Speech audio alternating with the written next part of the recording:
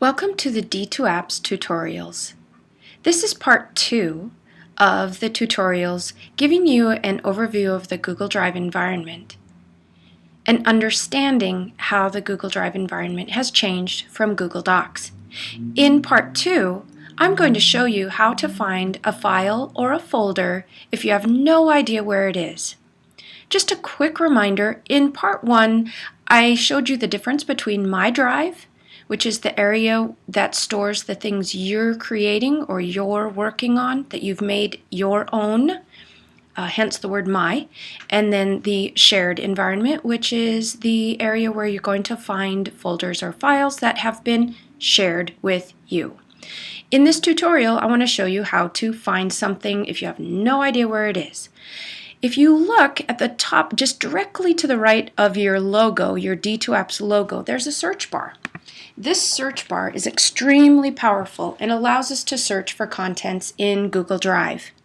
So if I'm looking for a document, I have no idea where it is, even if I created it, I can't find it, this is a great place to start. I use this feature constantly. So I'm going to look for a file. I have a file that is a technology fair planning document. We have a technology fair coming up, so I have a document for that. So I'm going to type in, technology, and you can see I'm already starting to get, if I spell correctly, I'm already starting to get documents up that have the word technology in them. And lo and behold, there is my document, Technology Fair Planning. So I can simply click on that document and it opens it right up. I can work on this document because Google Drive automatically saves. I don't have to do anything but close the window when I'm done working on it. So I'm just going to go ahead and close that window.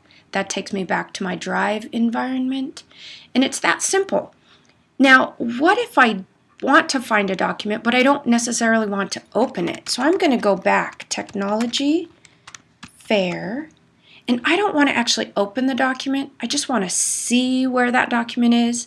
I can actually just hit enter or return on my keyboard at this point, and that document will be shown to me in my environment. And so I can actually see, first of all, this document is a spreadsheet. I can see its name. I can see that it's shared.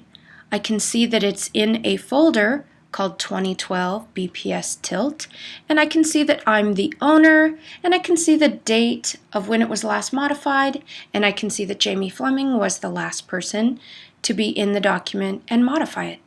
So just by typing in the name or part of the name of a document and hitting enter or return on my keyboard, I can get that document up on my screen and get a lot of information about it.